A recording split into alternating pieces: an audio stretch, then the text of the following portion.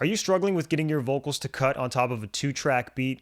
If you don't have access to your stems or track outs of a beat and you're simply dealing with the producer's mix, you're probably going to be struggling with this area, but don't you worry. In today's video, I'm going to break down 3 key tips that'll help your vocals cut out on top of a 2-track beat. Are you ready? Let's go.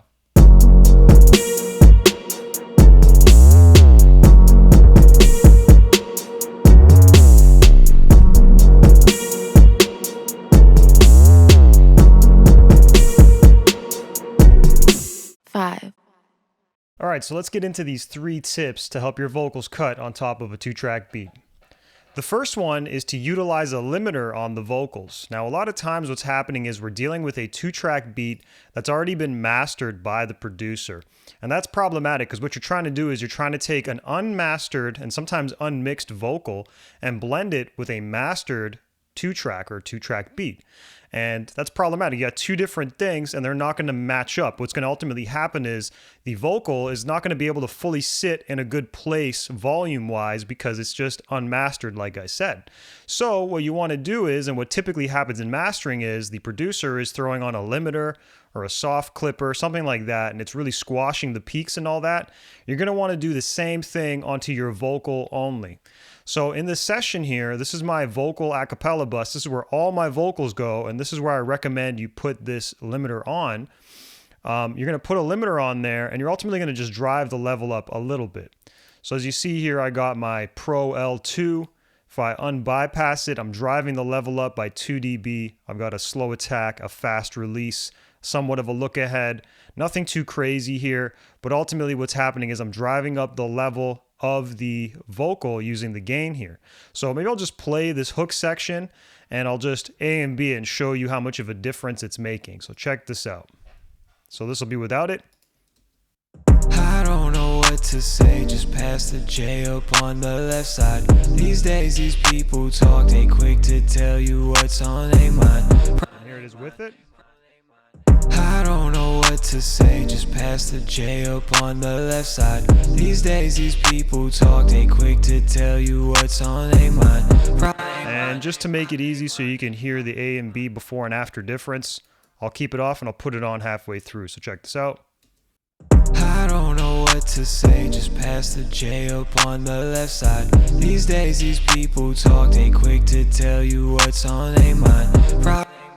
It's somewhat subtle, but it's just helping things gel a little bit more. And ultimately what we're trying to do is just bridge the gap in terms of the gain structure and limiting between the 2-track beat and the vocal a cappella. If you made it this far into the video, I wanted to ask you to please consider subscribing to the channel and consider smashing that like button if you're getting value so far.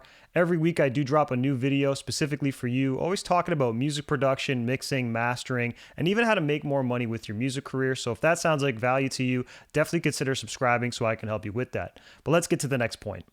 Now, the next thing we want to do is we want to play with the frequency spectrum and try to make some more room for the vocal. Now, if you look back to the session here on my instrumental master, this is the last place the beat goes before going to the final master. I've put on a Pro Q3. And all I'm doing here is I'm ducking out around 1200 hertz by 1 dB, a very, very, very small reduction, hardly even noticeable. And the reason why is because this area on the beat is going to usually have some of the main instrument sounds, the snares, the claps, some hi-hat percussion, stuff like that. So if you go too crazy here, it's going to affect the beat negatively, and we don't want to do that. However, these instruments are definitely clashing with the vocal, and of course if we had the individual track outs, we can go in and do things a bit more strategically, but because we're dealing with a 2-track, we have to be a lot more delicate and subtle here. Now, I've decided to put this around 1200 hertz, but just as a side note, you may want to consider putting it closer to 3000 hertz. And the reason why I chose this is because the tonality of the vocal here is a lot lower. It's not as high, but 3000 is a good benchmark because that's where the intelligibility is of a human voice. So let me just play this with and without it, and we'll just check out what's going on. So check this out. I'm gonna put it off and I'll put it in halfway and we'll see if the vocal cuts a little bit more. I don't know what to say, just pass the J up on the left side. These days these people talk, they quick to tell you what's on their mind. Problem is I don't care, what's mine is yours, I share it all. And I can't call it, but ain't stopping till I got it all. So you get the idea. It's, again, a very subtle move. And just to show you exactly what we're doing here, I'll play this one more time and just solo the frequency of the instrumental so you can hear what it's affecting.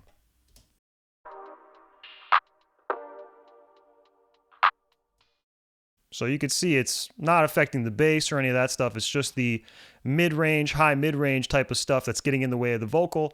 And I'm ultimately getting rid of it a little bit to make room. And you may also, just as a side note again, want to consider only doing this in the mid channel, since that's primarily where the vocal is going to be.